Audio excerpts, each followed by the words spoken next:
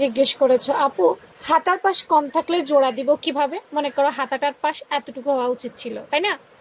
দেখো, হাতাতে কয়েকভাবে জোড়া দেওয়া পসিবল, অনেকভাবে জোড়া দেওয়া পসিবল। প্রথমে সবচেয়ে সেফ সেফ জোড়াটা দিব। হ্যাঁ, কিভাবে সবচেয়ে সেফ জোড়া দিবা? মনে করো তোমার 1 ইঞ্চি বা 2 ইঞ্চি, বেশি একটা লাগবে না, 1 ইঞ্চি বা 2 ইঞ্চি জোড়া। তাহলে কি করবা, প্রথমে তোমার যে পরিমাপটা আছে সেই পরিমাপের এই লই লইবা। এই মনে করো অল্প একটু জোড়া লাগবে, এই এমনি দিবা, পেছনে জোড়াটা পেছনে পড়বে। হ্যাঁ, তারপর তোমার নর্মাল নিয়মে যেমনে হাতা কাটো সব এমনি কাটি ফেলাইবা। এই আবারও বলছি, অনেকগুলো নিয়ম পরিস্থিতির উপরে ডিপেন্ড করে হাতার জোড়া দিতে হয়। নাও, তাহলে এই অল্প একটু জোড়া দিয়ে নেবা, শেষ। এই তো এটা কেমনে উল্টা পিঠে কাটবে, এটা সেলাই করি উল্টা পিঠেই, দেখো বাড়তি কদ্দুর দেখছো নি, বাড়তি কাটি লেবা। এটা হচ্ছে সবচেয়ে সেফ জোড়া।